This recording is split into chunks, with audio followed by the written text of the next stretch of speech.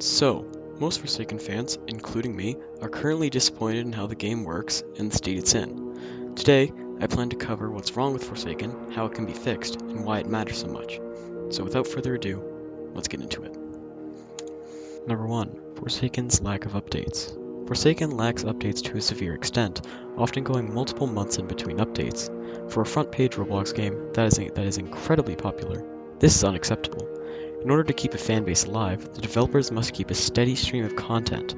This can be fixed by hiring more developers and not firing random ones for being in chats with the old dev. Cough cough. And by maybe even just accepting community feedback in order for the developers to have a steady stream of ideas for the game. Number 2. Forsaken just generally isn't fun. Forsaken's update issues lead to more and more issues within its community, like toxicity and tryharding. Now if you play Forsaken casually, it's not fun. There will always be some sweat in the lobby ruining everyone's nice time, regardless if you're a killer or survivor. How can we fix this? Simple. Add more content. It's becoming to feel like it's a recurring theme. A steady stream of content makes it so that people don't get bored or hyperfixated on one character at a time. A good example of this could be guest mains. They absolutely try hard their asses off and make it unfun if you're playing the killer. Please, if you have milestone 4 guest, plus 50 or more, go take a shower and get a job. Number 3. Forsaken's fanbase. It's no mystery to anyone that Forsaken has one of the worst fandoms in the world. Having a literal cult based off a fictional character is not good PR for a game. Let alone the racist bigots and just general sweats who are molded to their chair by blood, sweat, and shit from sitting in it too long. Forsaken needs to purge its community of these people and hire more moderators in order to keep the game a safe and kind space for everyone. I've had multiple past experiences where I've watched people get bullied for absolutely no reason, and the moderators doing nothing when I reported it. Number 4. Forsaken's balancing issues. Balancing in Forsaken feels like developers threw darts at a board, labeled buff and nerf, and absolutely break the game, and just went with whatever they hit.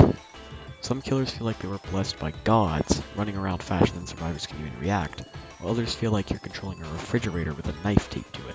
It's embarrassing. And what's worse is that the community constantly tells the devs what's broken.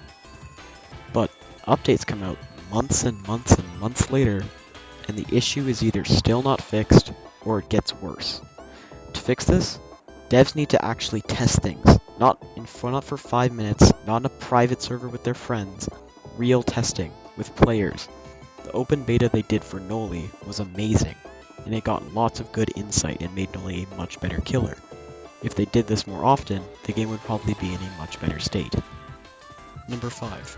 Forsaken's lack of communication from player to dev. Forsaken has this big issue where they just don't communicate with the player base at all. Days, weeks, and months will go by with no updates, no devlogs, no sneak peeks, no behind the scene looks, not even a, hey, we're all still alive and working on the game. The community we end up just taking ourselves into circles trying to figure out what's going on. And every time the devs do say something, it's either vague, unhelpful, or so unclear that it creates more confusion. This silence fuels the drama, misinformation, and rumors. Half the controversies in Forsaken's history wouldn't even have to exist if the devs just talked to us like normal human beings. The simple fix? A weekly or bi-weekly post, a roadmap, just some transparency. Literally anything like that would put the game in a much better state. Number 6. Forsaken has just a generally boring gameplay loop. Forsaken's core gameplay loop gets stale very quickly after you've played for a while. Every match feels the same killers, same loops, same outcomes. There's no real variety, no real shake-ups. There's no events that motivate players to hop on other than the Halloween one we just had. It should be exciting. The game should be exciting. It shouldn't feel rushed. The gameplay doesn't evolve, and players always will fill that void with toxicity, drama, and over-competitiveness because there's nothing else to do.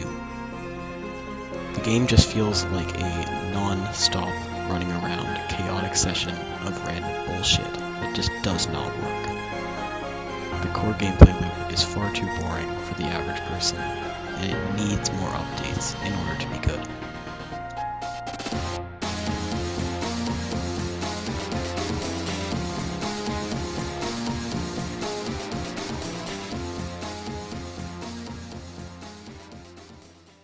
Now, let's talk about how we can fix the game.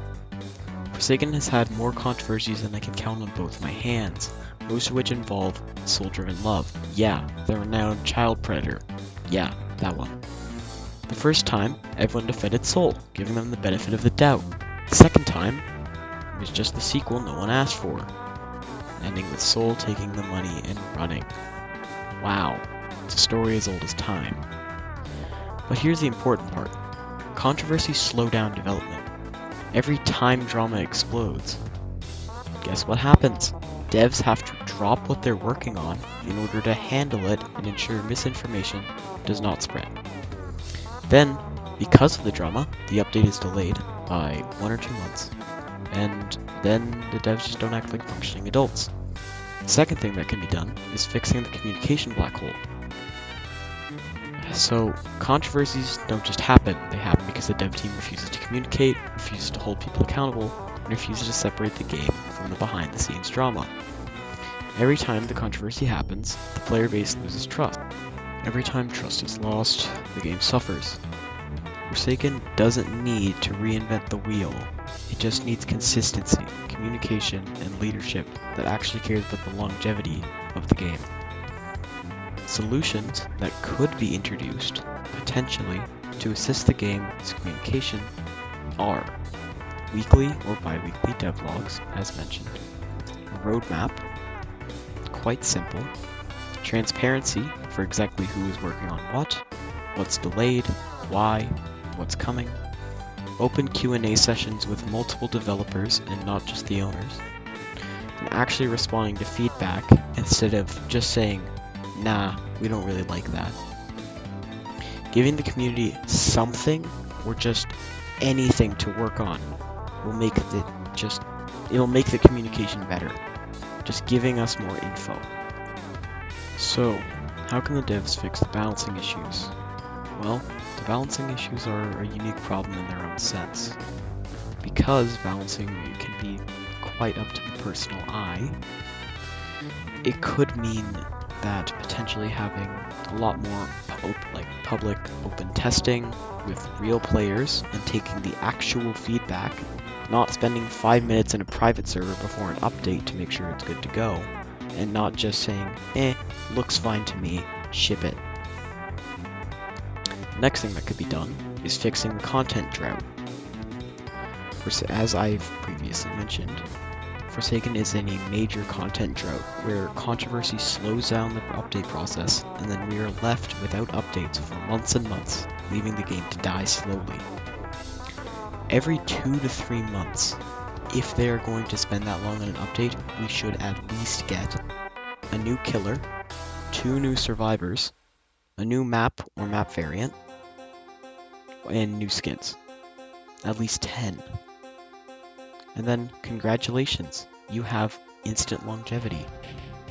Or, their second option could be having mini updates every 2 or so weeks with bug fixes, tweaks to characters, double XP weekends, which is something they're already doing, temporary events, having a lot more community polls. Or, the last option they have, letting creators work on it.